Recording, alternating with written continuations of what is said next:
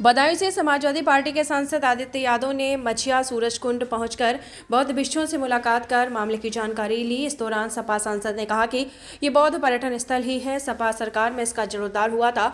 इस दौरान पूर्व मंत्री आबिद रजा सहित अन्य नेता मौजूद रहे। बदायूं के मझिया स्थित सूरजकुंड पहुंचकर सपा सांसद आदित्य यादव ने बौद्ध भिक्षुओं से मुलाकात की। इस दौरान उन्होंने बौद्ध भिक्षुओं से मामले की जानकारी ली। आपको बता दें कि कई दिनों से बदायूं के मझिया स्थित सूरजकुंड का विवाद दो संगठनों के बीच चल रहा है। एक तरफ हिंदू संगठन लगातार बौद्ध भिक्षुओं के वहां रहने को लेकर विरोध कर रहे हैं, तो वहीं दूसरी तरफ बौद्ध भिक्षु लगातार इसे सम्राट अशोक पर्यटन स्थल बता रहे हैं। उस फैसले के बाद से लगातार बौद्ध भिक्षु वहीं पर रह रहे हैं। सांसद आदित्य यादव ने मीडिया से वार्ता करते हुए कहा कि यह बौद्ध पर्यटन स्थल ही है। तत्कालीन सपा सरकार ने इसका जीर्णोद्धार कराया था।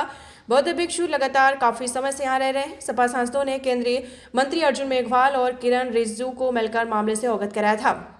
वहीं समाजवादी पार्टी के राष्ट्रीय सचिव पूर्व मंत्री आबिद रजा ने भाजपा पर तीखा हमला करते हुए कहा है कि हिंदू मुस्लिमों को आपस में लड़ाकर राजनीति करने वाले अब हिंदू को ही लड़ाकर राजनीति करना चाहते हैं। ये लोग आरएसएस प्रमुख मोहन भागवत के उस बयान को नहीं मानते जिसमें उन्होंने कहा था कि देश में हर किसी को अपने तरीके से पूजा करने का अधिकार है।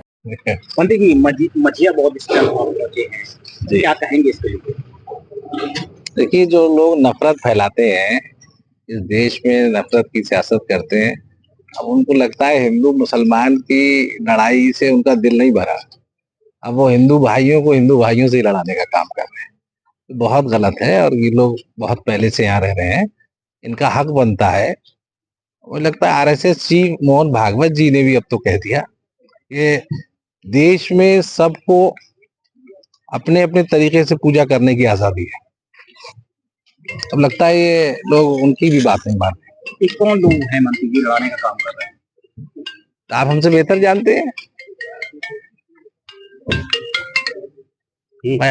अभी तो मोहन भागवत जी ने कहा कि हर मस्जिद के अंदर शिवलिंग ढूंढना बंद कर दीजिए, तो अब मंदिर की भी लड़ाई शुरू कर दी इन्होंने। अच्छा मंत्री जी, जिस तरीके से हिंदू संगठनों का आरोप है इस स्थल को लेकर कि जो बौद्धिस्ट लोग यहाँ रह रहे थे उन्होंने शंकर जी की मंदिर को खंडित किया और उससे नीचे दफन कर दिया, जमीन में गड़ा दिया, तो क्या इन्होंने ये सही किया? इसको लेके आप क्या सोचते हैं?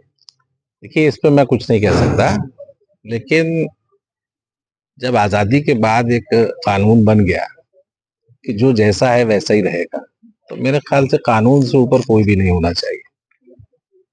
इससे अस्थिरता आएगी। ये लोग कहीं ना कहीं देश की तरक्की के लिए बाधा बन रहे हैं। ऐसे लोग जिस वक्त में देश को आगे जाने के लिए प्लानिंग करनी चाहिए, ये अपना अच्छा कीमती वक्त इन चीजों में, इन बातों में खराब कर रहे हैं। सियासत नहीं हो रही इस पूरे मामले में, आपको नहीं लगता? हम लोग तो नहीं कर रहे। कौन लोग कर रहे हैं? अब जो लोग कर रहे हैं वो उनका आप देख रहे हैं कि जो लोग साधु संत हैं, अब कोई तरीका दबाव में ही कहीं ना कहीं प्रशासन ने 5 लाख का मुचलका भर के उन्हें छोड़ा। इससे ज्यादा खराब हालात और क्या हो सकते हैं बताइए। एक जनप्रतिनिधि का भी नाम ले रहे थे, मैं कहना नहीं चाहता कि काफी समय से ये स्थल यहाँ पे रहा है। सम्राट अशोक जो पर्यटन स्थल है ये काफी समय से रहा है, और इसका प्रमाण ये देता है कि जब आदरणीय धर्मेंद्र यादव जी सांसद भी रहे उस समय पे एक बड़ी धनराशि के रूप में यहाँ के सौंदर्यीकरण के लिए पैसा भी दिया गया सरकार की तरफ से।